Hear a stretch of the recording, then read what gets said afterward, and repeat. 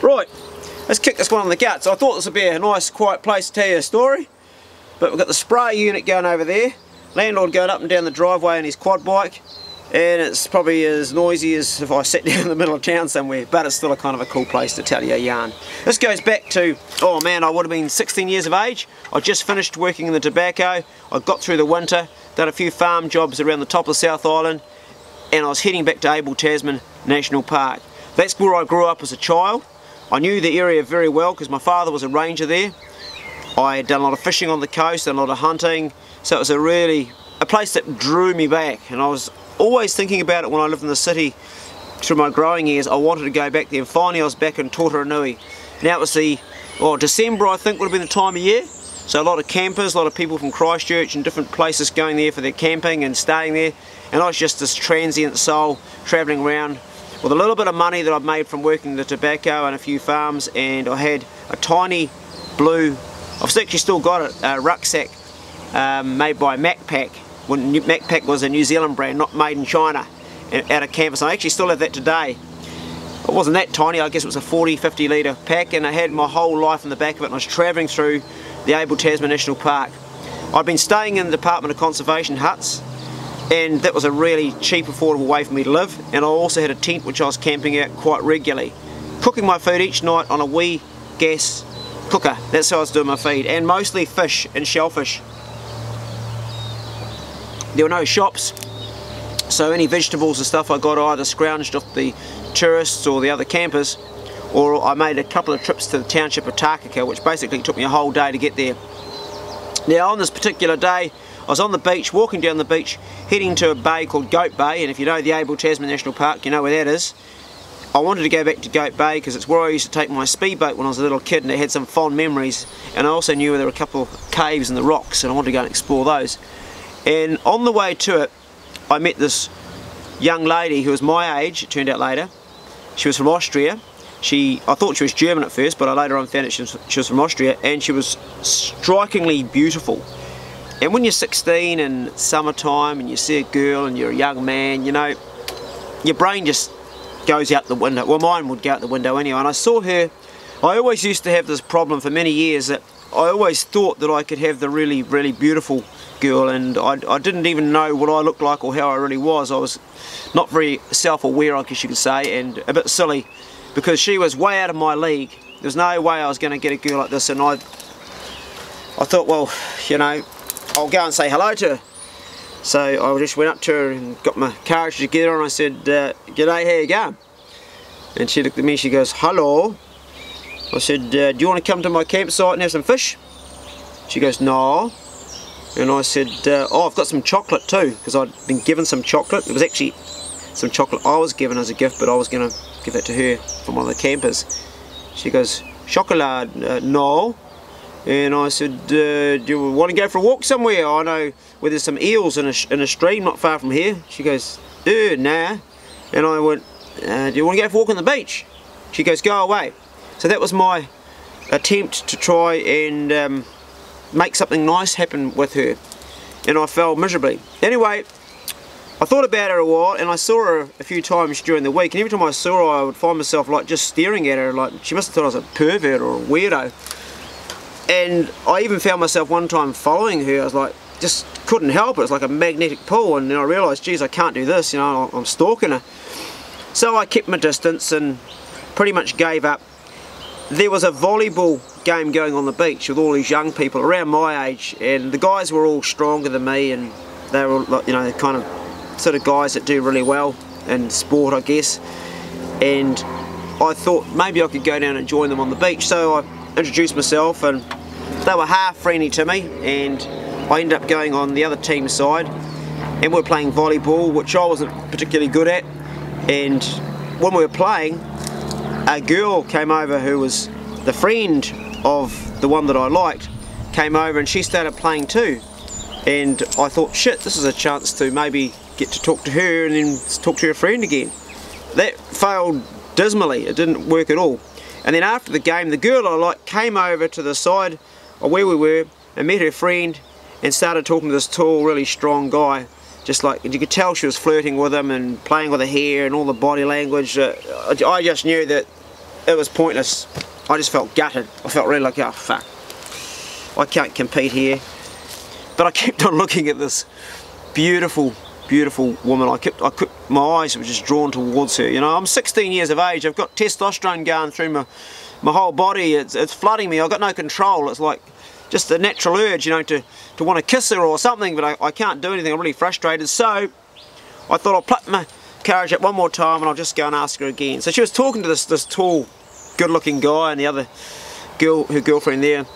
And I go up and say, hey, I'm having a fire at my place tonight, and I'm going to play a little bit of music if you want to come over. She goes, what sort of music? And she's screwing her face up. You can tell, I mean, I was dumb. I couldn't read her body language. And I said, oh, I'll just make some up. She goes, nah. Pace, come. You're going to knock my camera over. Pace, come. Up here. Got Pace down here. He's going to knock my camera. Up here. Come on. Come on. Up. Get up. Up. Go and find a rat in there while I'm telling the story. That's better. So that night I thought, stuff it. I'll just play music, and if no one comes, it doesn't really matter. So I pulled out my harmonica and started playing a bit of music, and the harmonica travels for miles, and it was going right down the beach, and it was no time at all. I had a few campers around me and sitting around, and I was telling a few stories and entertaining like I always do. It comes natural to me just to play music and tell stories. And I had quite a good wee audience.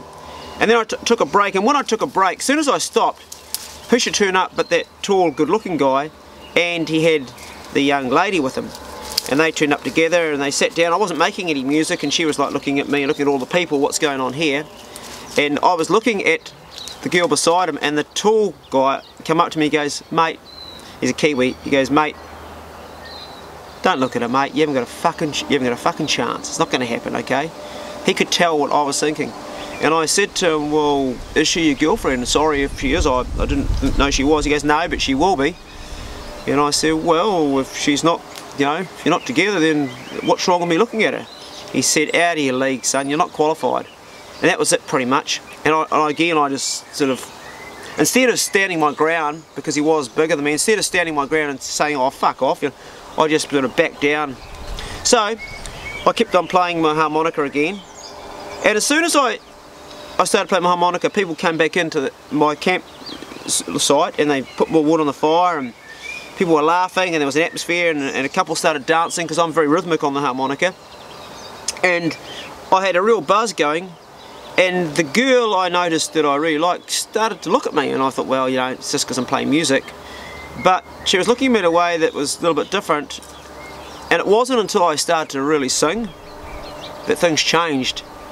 And she started to smile at me in between the breaks, and it was like, holy shit, this is like magic. I'd never ever seen music affect someone so much. And she was smiling, this huge big smile on her face just lit up, and her whole body language changed, you know. She was like leaning forward towards me and flicking her hair around. And then the tall guy came over to us by where they were sitting, and come over to her, and she kind of just turned her shoulder to him. Her body language is like saying, no, I'm not really looking at you now. So I'm starting to imagine all these things like, man, she likes me, and I'm making it way more than it is. Like, you know, I'm reading probably too much into it. But I carry on singing, and then I pulled my trump card. I said, I had a bit of an audience. I said, I met you earlier on, I don't even know your name, and I'd like to sing you a song. And she like looks around everybody, and she's sort of blushing, and she goes, Arnika. And I said, Arnika. So this is where I killed it. This is where I smashed it. One thing I'm really I'm not good at a lot of things. Like I can't read and write properly. I've got no education. I'm dumb in a lot of areas. But one thing I can do really well, which most people aren't as good at, and that is I can create a song just like that. Words, everything. If you give me a few sentences about you, or if I know a little bit of information, I can do a song off the top. So I created this really funny song about not being good enough, and not being strong enough, and not being man enough to get a beautiful woman like Arnika. And I incorporated the guy that was sitting beside her and what he said, how I was not qualified. And you know, by the end of that song, man, I'd won her heart. I'd won her heart. And not only had I won her heart, but her girlfriend was like looking at me with these big lovey eyes too. And you know, it was almost like after years of being a bit of a freak and years of never really, I don't know, being cool, suddenly I I realised I had this real power with music. I'd never ever learnt music just to get a girl like that, but it just all came together.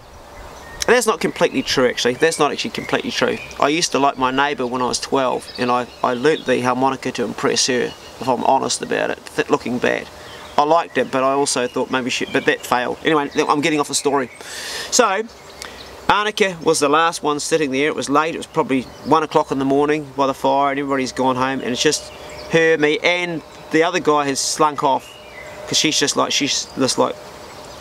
So, our first romance was just talking all night.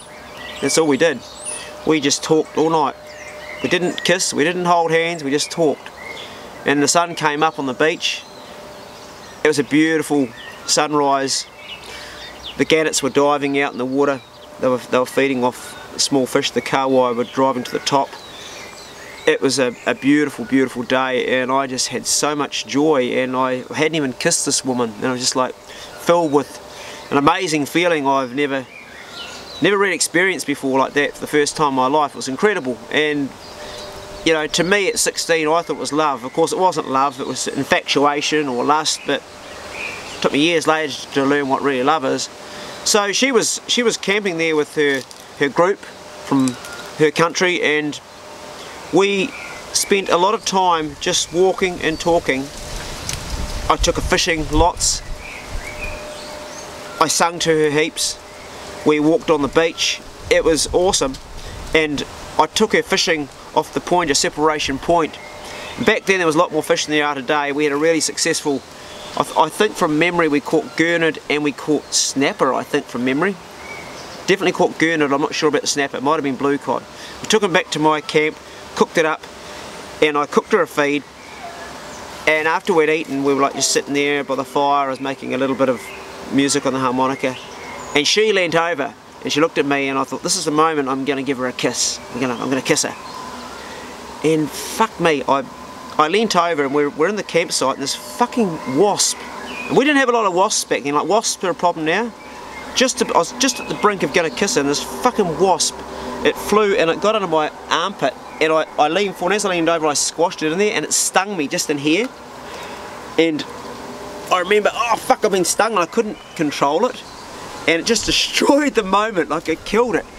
And like, I'm like trying to get the sting off that, and really, you know, I'm acting like a real pussy too. I'm not being a man about it, I'm being a real, oh fuck, I wasn't being brave and being, you know. But she was really, really good about it. She was like, oh, you okay, are you okay? And suddenly I thought, oh, no, I'm really sore. And she was like, oh, you poor thing. And so we ended up going from the wasp thing to her like just giving me all this attention, and I don't know. I was really milking the wasp thing for what it was. And somehow we just ended up just cuddling, like really close. And I don't even remember how it went from a cuddle to a kiss. But it was just a magical kiss. Like, even though I had a sting and things had gone wrong, and it all led to that one moment. And you can just tell when you kiss somebody if they would be right for you or not. You can just tell the chemistry's there, and man, the chemistry was, it was like explosions going off, and I couldn't even feel the wasp thing. So we had this amazing connection, and it was, she wasn't my first girlfriend. She was my first romance, my first real, what's the word for it? Infatuation, I don't know what you call it. But looking back, it was one of those things in my life that just marks a time, and it was only for a fleeting moment, because she was only there for a few days and she had to go. And we kissed a few more times, and not much more happened than that, folks, but that was enough. And I was really taken by how music could bring someone to me who normally would be way outside of my league. We wrote letters to each other from Europe, but I was in New Zealand, she was in Europe.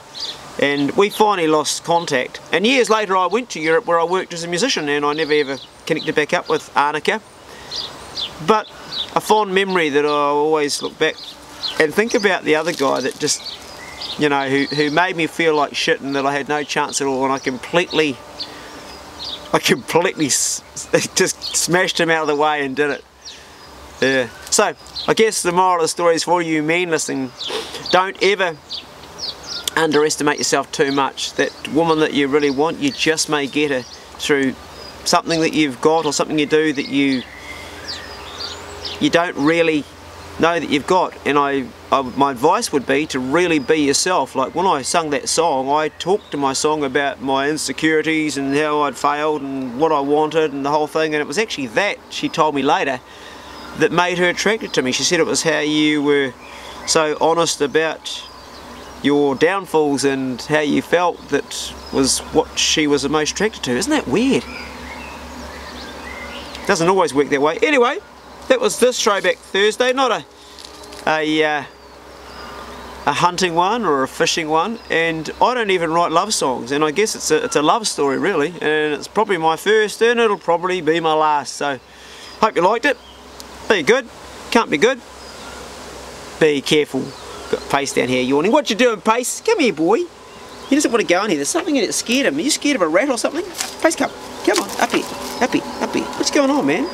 What's down in there? Hey, you're shaking. There's something down there that gave him a shock, eh? What is that? Hey? Nasty old rat? You wouldn't be scared of a rat. You're a rat dog. What's going on down there? You don't want to go in there. Was it the blackberry prick you? Something got you, didn't it? You go for a walk?